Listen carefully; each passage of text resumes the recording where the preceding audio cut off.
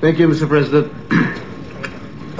Mr. President, distinguished colleagues of this august chamber, with your indulgence, I rise again on a matter of personal and collective privilege in defense of the name and honor of my father, former President Joseph Ejercito Estrada. And I thank you, Mr. President, for the privileged speech you delivered yesterday in defense of President Estrada. I take this opportunity to express my deep appreciation and admiration for his gracious and gallant defense of President Estrada. Mr. President, yesterday we heard Fiction Part 2.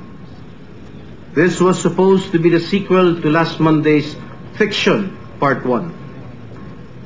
Mr. President, Mr. Panfilo Morena Lacson once again treated us to another round of tall tale stories filled with blind items without naming names, not unlike the ones we find in gossip columns. Mr. Lacson has proven himself again as a prolific scriptwriter. President Estrada may be a famous Hall of Famer, 5-time Best Actor. Mr. Panfilo Morena Lacson has now earned the reputation as the best writer of crime stories where he excels best.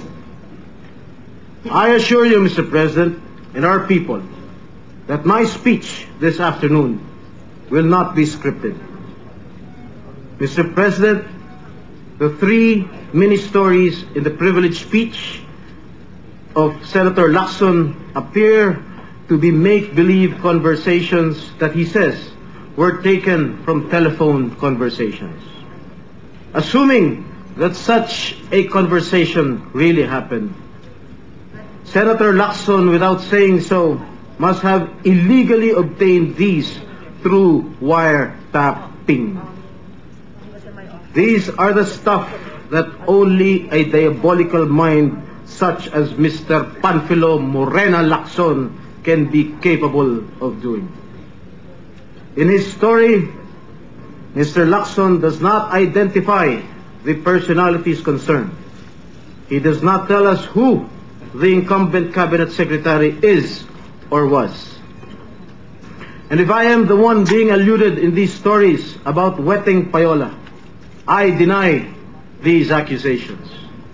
And I also remind Mr. Lacson that I have been charged, tried, and acquitted of the charges of involvement in wetting, which he is now peddling in his scripts. If he indeed had the evidence, why did he not present this evidence during the trial? The evidence against me was so weak that I was allowed to post bail while the case was being tried, even if I was charged with the non-bailable crime of plunder. Mr. President, some quarters who may either be using or who stand to benefit from destroying my father, who has made known his intentions to run for the presidency in 2010, must now be enjoying this spectacle of two members of the opposition trading charges and accusations in this very sacred hall. This is a conflict, however, Mr. President, between a member of the genuine opposition and what is now appearing to be a pseudo-oppositionist, an administration-sponsored opposition. If Mr. Lacson claims that he continues to be part of the opposition, why then does he, in his own privileged speech, openly proclaim and even brag that he has access to conversations in Malacanang, which he described in detail?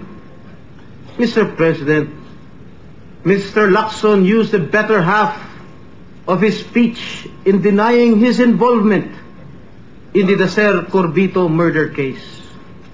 He has to resort to this to divert attention from his own culpability. Mr. Lacson conveniently forgets that Mr. Cesar Mancao positively identified Mr. Lacson as being involved in the Dacer Corbito double murder case. In his testimony of the hearing on September 10 of this year, Mr. Mancao said, and I quote from the transcript on page 32, question, in your testimony that the incident inside the car, you said, based on page 29 of the transcript of stenographic notes dated September 3, 2009, you said, and I quote again, I have personally overheard Lacson talking to Michael Ray Aquino about the operation and another operation. Do you confirm this? And Mancao replied, yes, sir. Question again. So, there was actually two operations, Mr. Witness. Is that correct? Mancao replied, yes, sir. And another question.